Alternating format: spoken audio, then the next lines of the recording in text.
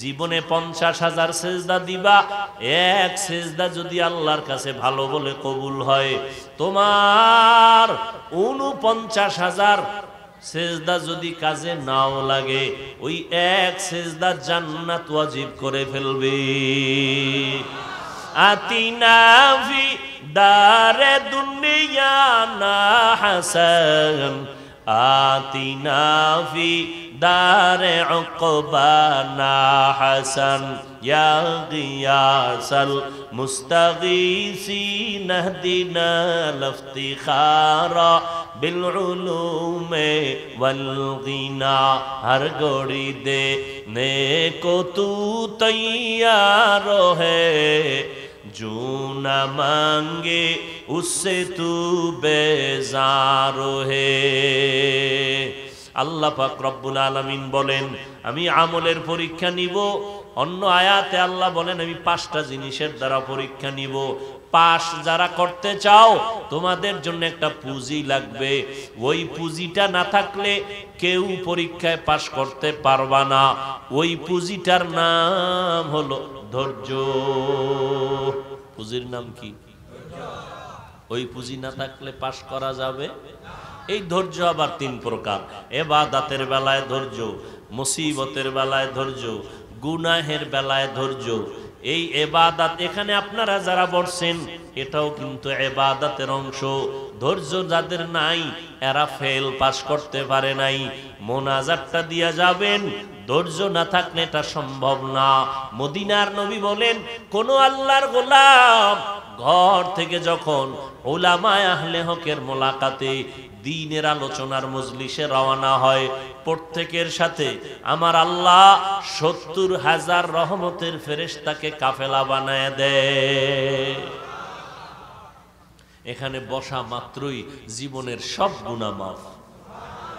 আরো আস্তে করে বলেন। আল্লাহ কি আস্তে বললে শুনেন না? শুনেন না তো জোরে বলার দরকার কি? আজকে ফজর থেকে ফরজ নামাজের কেরাতগুলো ইমামকে বলবেন আস্তে পড়ো। আল্লাহ আস্তে বললেও শুনেন। চলবে চালাকি? যুক্তি চলবে? যুক্তি দিয়া নাস্তিক হওয়া যায়, আল্লাহ পাওয়া যায় না। মুসলমানের বাচ্চা শিক্ষিতা, MBBS ডাক্তার, নাম কত সুন্দর, তাসলিমা, হয়ে গেছে বেঈমান। কেন? যুক্তি দিয়া ইসলামকে বুঝতে চাইছে। যুক্তি দিয়া বেঈমান হওয়া যায়, নাস্তিক হওয়া যায়, মুরতাদ হওয়া যায়, আল্লাহ পাওয়া যায় না।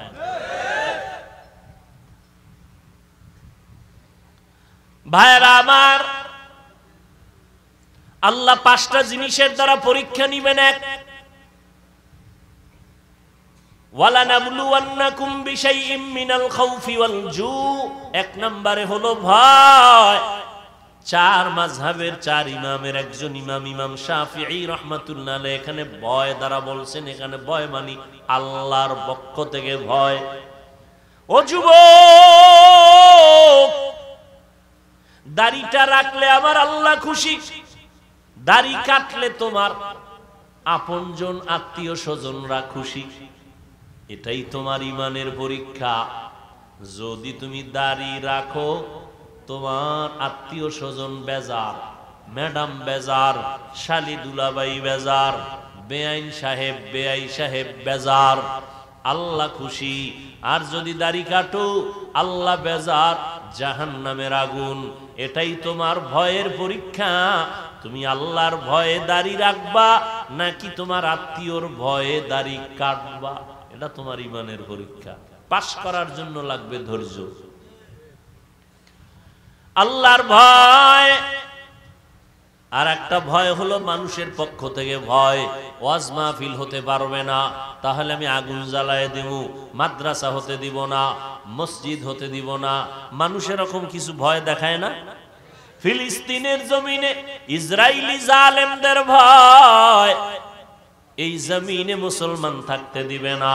এখানে ফিলিস্তিনের মাজলুম মুসলমান বলে, কল্লা দিতে পারি, আমার আল্লাহরে বেজার করতে পারি না। এরা আল্লাহর ভয়কে জয় করিয়া ওখানে তারা বিজয়ের মালা গলায় পরে শাহাদাতের দরজা দিয়া বিনা হিসাবে জান্নাতে যায়। একজন আব্বা যান, তিনি মানুষের ঘুরা ঘুরা হাসে আর মিষ্টি খাওয়ায়। সাংবাদিকরা বলে, ও ফিলিস্তিনি ভাই, মিষ্টি খাওয়াও কেন, আনন্দ কেন? আমার 2 সন্তান এই জালেমের জুলুমের শিকার হইয়া শাহাদাতের দরজা দিয়ে আমার সন্তান জান্নাতে গেছে, আমি আনন্দিত। আমিও রেডি হয়ে যাইতেছি, এই শাহাদাতের দরজা দিয়া জান্নাতে চলে যাব। শাহাদাতের মরণ সোজা বিনা হিসাবে জান্নাত পাওয়ার মরণ। এখানেও ঝামেলা আছে, যদি মানুষকে দেখানোর জন্য কোনো রিয়া ঢুকে যায়। ভাইরা আমার, আল্লাহর ভয় দ্বিতীয় সংক্ষেপ বললাম। দ্বিতীয়টা হলো ক্ষুধার দ্বারা আল্লাহ পরীক্ষা নিবেন। ক্ষুধা, ইমাম শাফিঈ রাহমাতুল্লাহ আলাইহি বলেন, এখানে ক্ষুধা মানে হলো রোজা। রোজা আল্লাহ ক্ষুধা দিয়া পরীক্ষা নেয়। এই যে রমাজান গেল, কত মুসলমান রোজা রাখে নাই, বলছে আমার ঘরে কি ভাতের অভাব, আমি রোজা রাখবো কেন? এরম বলনেওয়ালা ছিল না? রোজা রাখে নাই। আচ্ছা, আমরা কি ভাতের অভাবে রোজা রাখছি? হ্যাঁ, রোজা তো হিন্দুরাও রাখে, খ্রিস্টানদের ধর্মের রোজা আছে, বেঈমান সবাই রোজা রাখে, বৌদ্ধরাও রাখে, খ্রিস্টান ইহুদিরাও রাখে, সব ধর্মে। তবে নাম আলাদা, তাদের সিস্টেম আলাদা। তারা এক কথায় বলে না খাওয়ার সাধনা। আমরা না খাওয়ার সাধনা বলি না, আমরা বলি না খাওয়ার ভেতর থেকে আল্লাহ পাওয়ার সাধনা। কুতিবা আলাইকুমুস সিয়াম কামা কুতিবা আলাল্লাযীনা মিন ক্বাবলিকুম লাআল্লাকুম তাত্তাকুন। ক্ষুধার মাধ্যমে, অর্থাৎ রোজা। ও বান্দা, এই পরীক্ষায় পাশ করো, একটা রোজা ভাঙ্গা তো যাবেই না। আরে রোজা তো শুধু আখিরাতের সওয়াব তাই না, শরীর ঠিক রাখার জন্য রোজা অপরিহার্য একটা ঔষধ।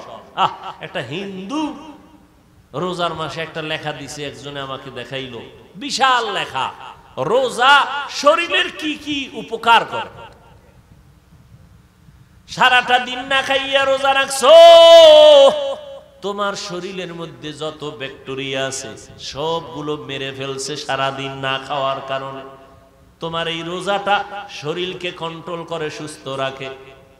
অতএব তুমি সুস্থ যদি থাকতে চাও, রোজা রাখো। এজন্যই পৃথিবীর শ্রেষ্ঠ ডাক্তার, ডাক্তারদের ডাক্তার, মুফাসসিরদের মুফাসসির, মুহাদ্দিসগণের মুহাদ্দিস, সমস্ত মুফতিদের শ্রেষ্ঠ মুফতি রাহমাতুল লিল আলামিন শুধু রমাজান না, প্রত্যেক সোমবার এবং বৃহস্পতিবার সপ্তাহে নবী রোজা রাখতেন। সোমবার আর বৃহস্পতিবার রোজা রাখবেন। একটু কষ্ট হবে, অভ্যাস করে ফেলাইলে দেখবেন শরীর তাজা, রোগ সব কম হবে। 3 নাম্বার পরীক্ষা হলো ওয়ানাকসিম মিনাল আমওয়াল, সম্পদের ঘাটতি। ইমাম শাফিঈ রাহমাতুল্লাহ আলাইহি বলেন, সম্পদের ঘাটতি মানে হলো যাকাত। কিয়ামতের আগে বড় লোকেরা যাকাত দিবে না, যাকাত দেওয়াটাকে জরিমানা মনে করে।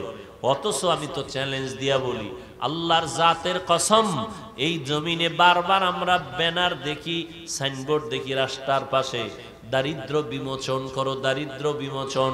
আল্লাহর কসম, এই দেশে যতদিন পর্যন্ত পাই টু পাই হিসাব করে যাকাত বড় লোকেরা দিবে না, ততদিন পর্যন্ত দারিদ্র বিমোচন হবে না। আর যাকাত ঠিক মতো দিবে, দারিদ্রতা থাকবেই না ইনশাআল্লাহ। ও ভাই, ধনী বানায় কে? গরিব বানায় কে? এই জন্য আল্লাহ আইন করছে, ধনীরা তো ধনী, গরিবেরও সবল বানাও, যাকাত দিয়ে দাও। এটা যাকাতের 100 টাকা 2.5 টাকার মালিক তুমি না, এটা গরিব, গরিবকে দিয়ে দাও। ইয়া আইয়ুহান নাস আনতুমুল ফুকারাউ ইলাল্লাহ ওয়াল্লাহু হুয়াল গানিয়্যুল হামিদ।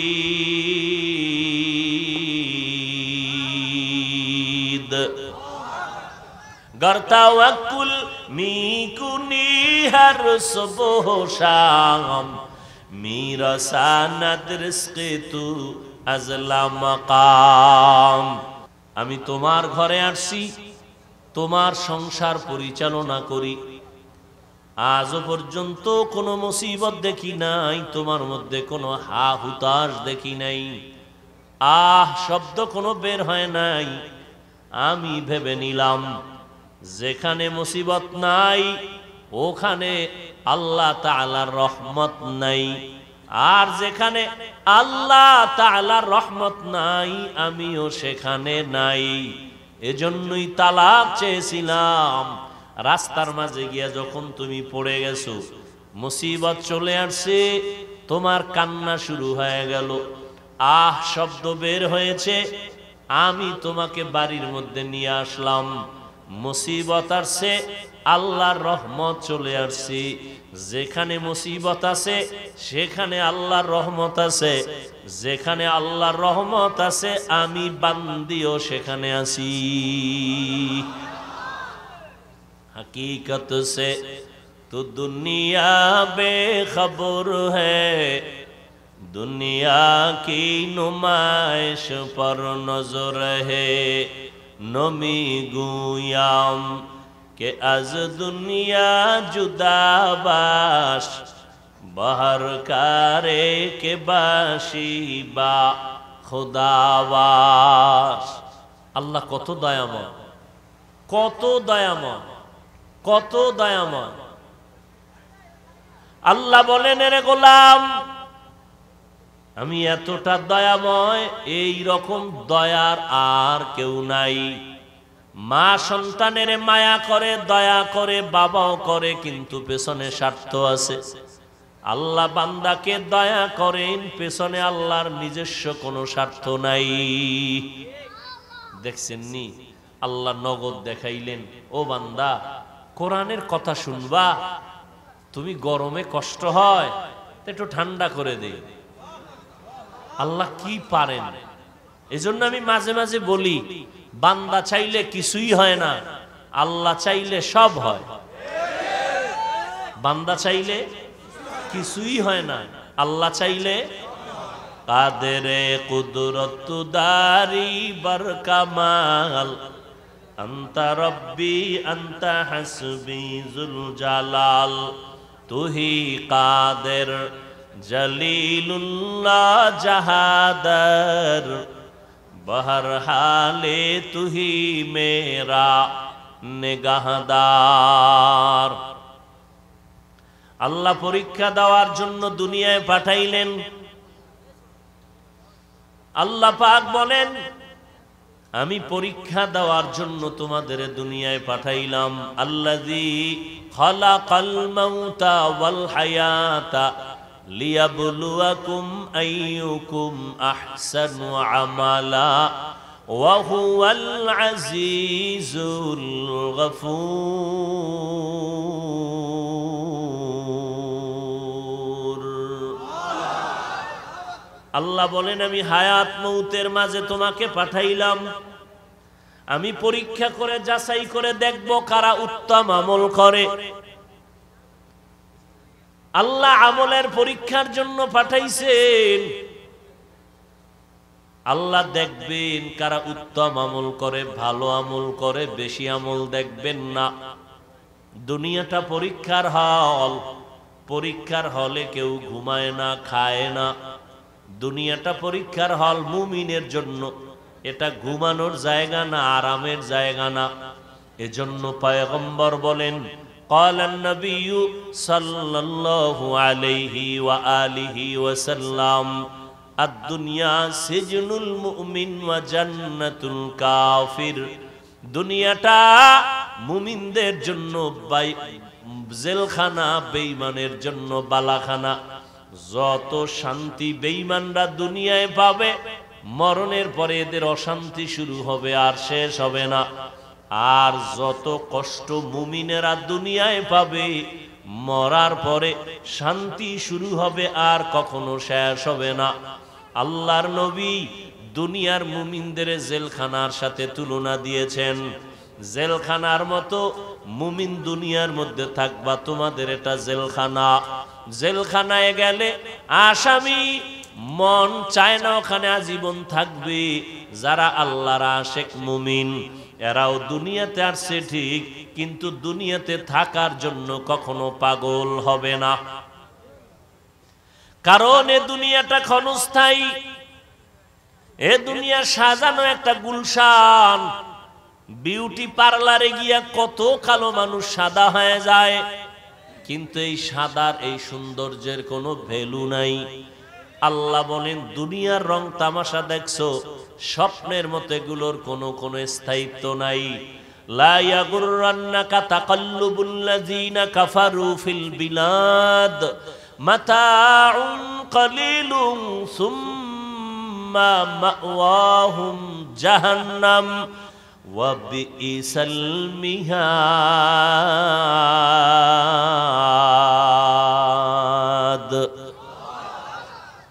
আল্লাহ বলেন কাফের মুশরিকদের বানানো বাড়ি দ্বারা গুলশান দেখে পাগল হইও না, এর পরিণাম ফল ভালো না, জাহান্নামে হবে তারা।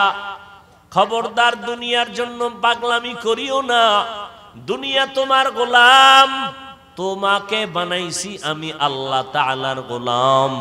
قال النبي صلى الله عليه وآله وسلم الدنيا خلقت لكم وأنكم خلقتم للآخرة। পয়গম্বর বলেন দুনিয়া আল্লাহ মানুষের গোলামি করার জন্য বানাইছেন, আর মানুষকে আল্লাহ তার গোলামির জন্য বানাইছেন। এই দুনিয়াতে যারা ঠিকই আল্লাহর গোলামি করে, তার জন্য দুনিয়ার সব গোলাম হয়ে কাজ করে। এটা কোন জেলা? আরে ভাই ভলিউমটা বাড়া। এটা চাঁদপুর জেলা না? শাহরাস্তি থানা। এই জেলায় আর একটা থানা আছে কচুয়া, আসেনি? কচুয়া থানার ভিতরে একটা নামি দামি গ্রাম আছে উজানি, আসেনি? আমি উজানির ছাত্র, আমি চাঁদপুর জাফরাবাদের ছাত্র। হ্যাঁ, ওই উজানির যে কারি ইব্রাহিম, কারি সাহেব কয়, আমগো দেশে কারি সাহেব মানি মনে হয় ছোটখাটো, কিন্তু উজানির কারি ইব্রাহিম তিনি জবরদস্ত আলেম।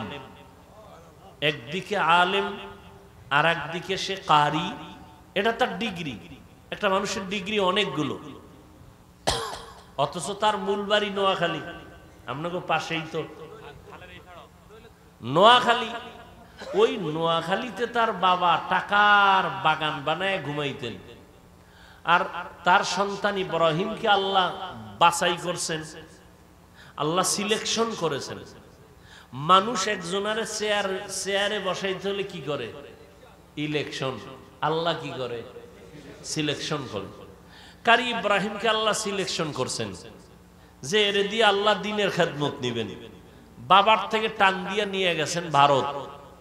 রশিদ আহমদ গাঙ্গুহি এই দুনিয়ায় আলেমদের মধ্যেও যারা বি গ্রুপে আছে, বিভিন্ন লাইনে আছে, এরাও রশিদ আহমদ গাঙ্গুহি কে, কত বড় আলেম, সব বেদাতিরাও জানে, বাতিলরাও জানে, সব আলেমরা তাকে চিনে। রশিদ আহমদ গাঙ্গুহি কে?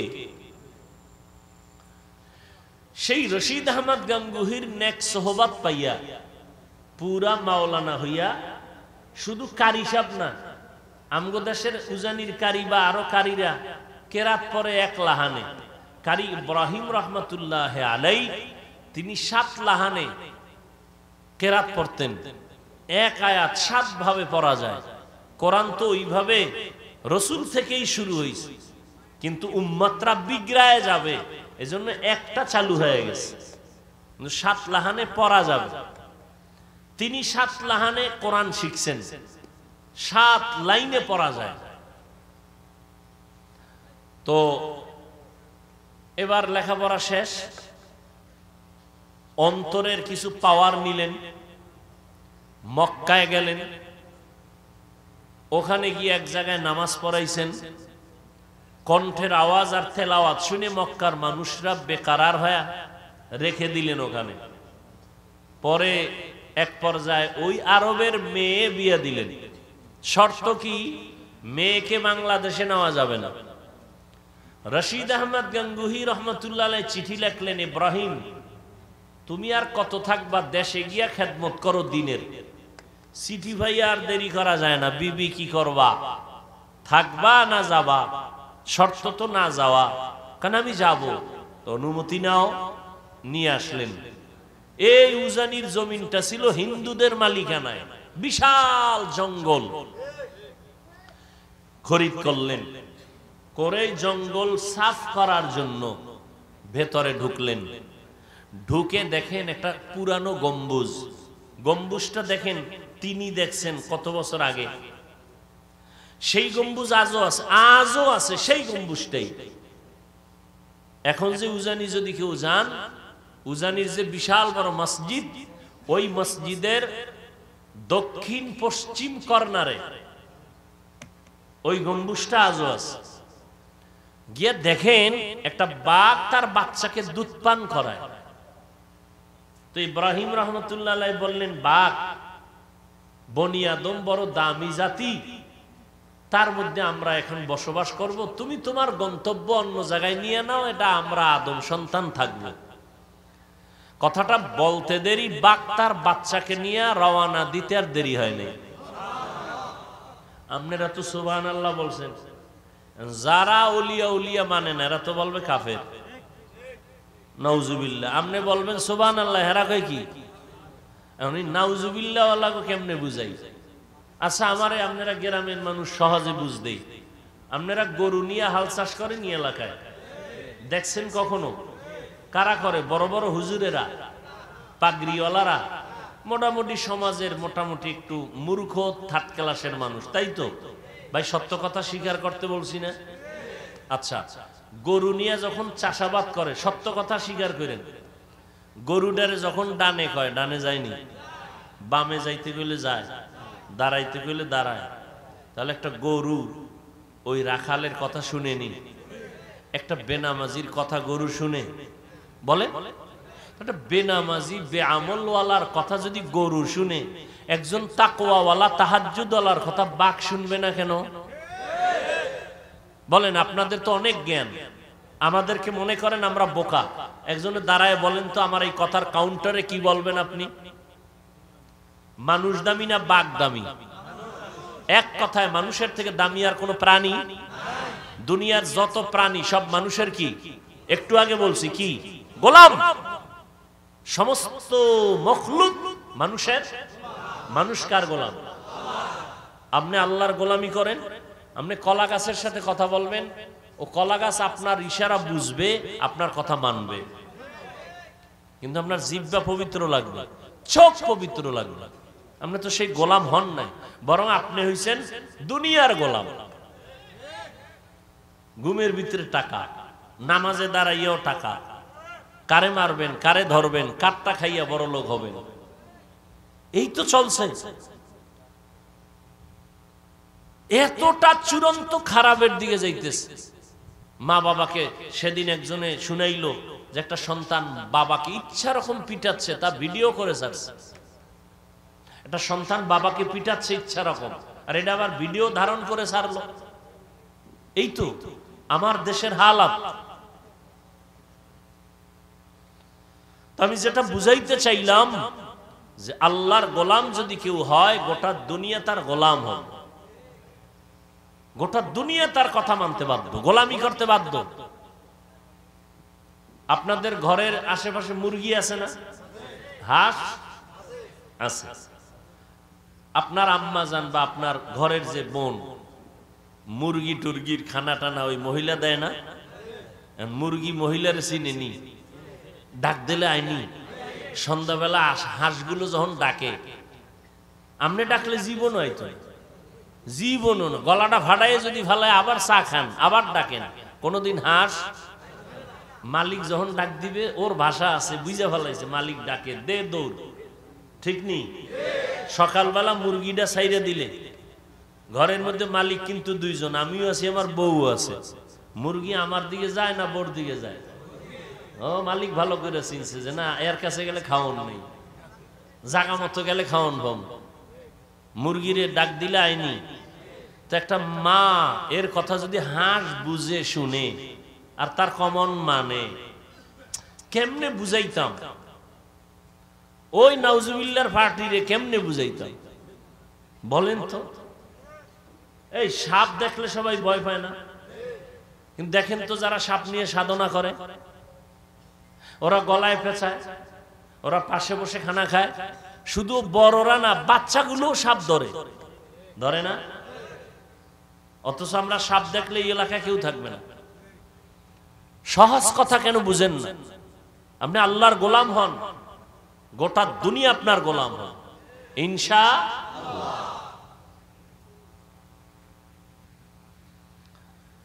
হ্যাঁ, কিন্তু আমরা গোলাম হয়ে গেছি এখন দুনিয়ার, টাকার পিছনে ঘুরি, দুনিয়ার পিছনে ঘুরি, যে কারণে আমরা দুনিয়াও পাই না, আল্লাহরও পাই না। ওই যে একটা গ্রামে প্রবাদ আছে না, ময়ূরে নাকি না কাউয়ায়, কোনটা এরকম একটা কথা আছে না?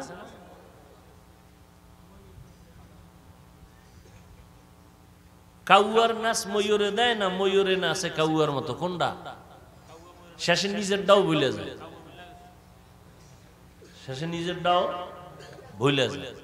এই যারা দুনিয়া পাওয়ার জন্য দৌড়ায়, আল্লাহর কসম, যারা দুনিয়ার জন্য দৌড়ায় আখেরাতকে লাথি মেরে, এরা দুনিয়াও পায় নাই, আখেরাতও পায় নাই। আচ্ছা, দুনিয়ার পিছনে দৌড়ানোর টার্গেট কি? সম্মানে থাকবো, শান্তিতে থাকবো, ঠিক? আমাকে একজন দেখান তো সুদ ঘুষ খাইয়া, হারাম খাইয়া 10 তলা 20 তলা বিল্ডিং করে একজনেও কি শান্তিতে আছে? সম্মান কিসের সম্মান? কিসের সম্মান? সম্মানের পিছনে জুতা মোবারক রেডি, কথা ঠিক নেই? আমরা চেয়ারে বসছি, চেয়ারম্যানও চেয়ারে বয়নি। চেয়ারম্যানের চেয়ারের মেয়াদ আছে, কোরআনওয়ালার চেয়ারের কোনো মেয়াদ নাই। সম্মান কে দেয়? আর আমরা যারা ফকিন্নি, আমগো যারা বোকা বলেন, আমরা দুনিয়াদারি বুঝি না, আখেরাত লইয়া একটু চিল্লাই, বলেন তো আমগো সম্মান কম? বল, সত্য কথাটা বলেন না, কম? কে দিছেন? আমরা অশান্তিতে আছি। হ্যাঁ, জাহিরি ভাবে দেখবেন আপনার মাসে ইনকাম 50, টেবিলের তলে 50, কত হইছে? আমগো ইনকাম মাসে গ্রাম্য হুজুরের 10,000, বাকি 6 মাস, ঠিক? এরপরে হুজুরে ভিক্ষা করছে। কোনদিন জুমায় খাড়ায় কইছে আজকে বেতন ঠিক মতো না দিলে আসর থেকে সূরাটা উল্টা হবে, কইছে কোন হুজুর? অথচ হুজুরের ঘরে খানেওয়ালার পেটের সংখ্যা কি? আমনের ঘরে সংখ্যা কম না? কারণ আমি তো ট্যাবলেট খেয়ে লাইছেন। ছেলে হোক মেয়ে হোক, দুটোর বেশি নয়, একটা হলে ভালো হয়, না হইলে আরো ভালো। আর হুজুর কয় যত পারো সন্তান জন্মাও। মদিনাওয়ালা কইছে ওই বাড়ির মাইয়া বিয়া করো যেই বাড়িতে সন্তান বেশি। আমি কিয়ামতের দিন উম্মত আমার বেশি হবে ঈসা নবীর উম্মতের থেকে, নূহ নবীর উম্মতের থেকে, মূসা নবীর উম্মত থেকে আমার উম্মত বেশি হবে। আমি গর্ব করে জান্নাতে ঢুকবো। নবী কয় উম্মত বাড়াও, আপনি ট্যাবলেট খায় এখন কমাও। আচ্ছা ঠিক আছে, আপনার কথা 1 মিনিটের জন্য মানছি। এবার পণ্ডিত সাহেবরা, শিক্ষিত আল্লাহর বান্দারা আমাকে বলুন তো, ট্যাবলেট খাওয়ার পরে আমার দেশে জনসংখ্যা কি পরিমাণ কম? বলেন,